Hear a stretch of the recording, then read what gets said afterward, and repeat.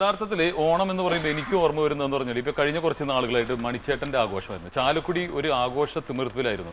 പക്ഷേ നമുക്ക് അദ്ദേഹത്തിന് നഷ്ടപ്പെട്ടു പോയി. പക്ഷെ നഷ്ടപ്പെട്ടിട്ടില്ല. ഇവിടെ കുറെ കലാകാരന്മാരുണ്ട്, അവരിലൂടെ എന്നും അവർ ജീവിക്കും. അതൊരു പുണ്യമാണ്. യഥാർത്ഥത്തിൽ മണിച്ചേട്ടന്റെ പാട്ടുകൾ ഞാൻ ഞെട്ടിപ്പോയത് മറ്റൊന്നുമല്ല, അദ്ദേഹത്തിന്റെ പാട്ട് കേട്ടിട്ട് ഇത് ഒറിജിനൽ ട്രാക്ക് ഇട്ടിട്ട് അല്ലെങ്കിൽ ഒറിജിനൽ അദ്ദേഹത്തിന്റെ ശബ്ദം കേട്ടിട്ട് ലിപ്പ് കൊടുക്കുന്നതാണോ എന്ന് വിചാരിച്ചു. പലരും സംശയം പ്രകടിപ്പിച്ചിട്ടുണ്ട്. അപ്പം ഞാനൊരു കാര്യം ചെയ്തു, ഈ കലാകാരനെ വിളിച്ചിട്ട് വെറുതെ പാടിയത് ചെണ്ടയിൽ പാടാൻ പറഞ്ഞു. അങ്ങനെ ചെണ്ടയിൽ പാടിക്കഴിഞ്ഞപ്പോൾ ആൾക്കാർക്ക് വിശ്വാസമായി ഇത് യഥാർത്ഥത്തിൽ അദ്ദേഹത്തിന്റെ ശ്രുതി ചേർന്നുള്ള ഗാനം തന്നെയാണ്. രഞ്ജു ചാലക്കുടി അല്ലേ? അപ്പോൾ രഞ്ജുവിനെ ഇങ്ങോട്ട് ക്ഷണിക്കുകയാണ്. രഞ്ജു, ഏറ്റവും വലിയൊരു ഭാഗ്യം എന്ന് പറഞ്ഞിട്ടുണ്ടെങ്കിൽ രൂപവും ശബ്ദവും ഒരുമിച്ച് ഒരാൾക്ക് കിട്ടാറില്ല.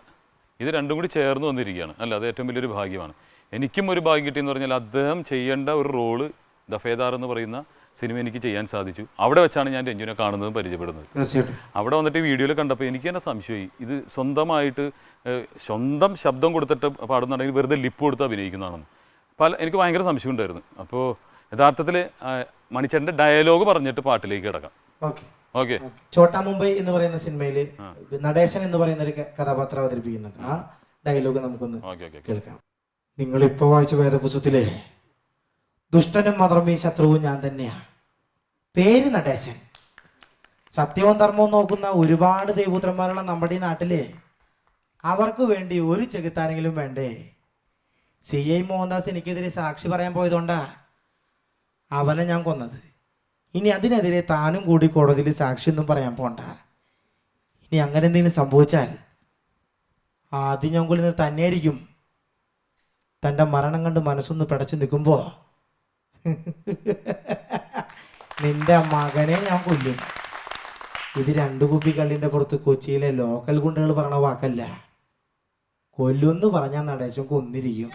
ഇവിടെ പറഞ്ഞപ്പോ തന്നെ ഈ രോമൊക്കെ പൊങ്ങി എനിക്ക് ആകെ നല്ലൊരു നല്ല ശക്തമായ ഒരു ക്യാരക്ടറാണ് മണിച്ചേട്ടൻ. ആ നഷ്ടം തോന്നുന്നത് ഇപ്പൊ ഈ ശബ്ദം കേൾക്കുമ്പോഴാണ്.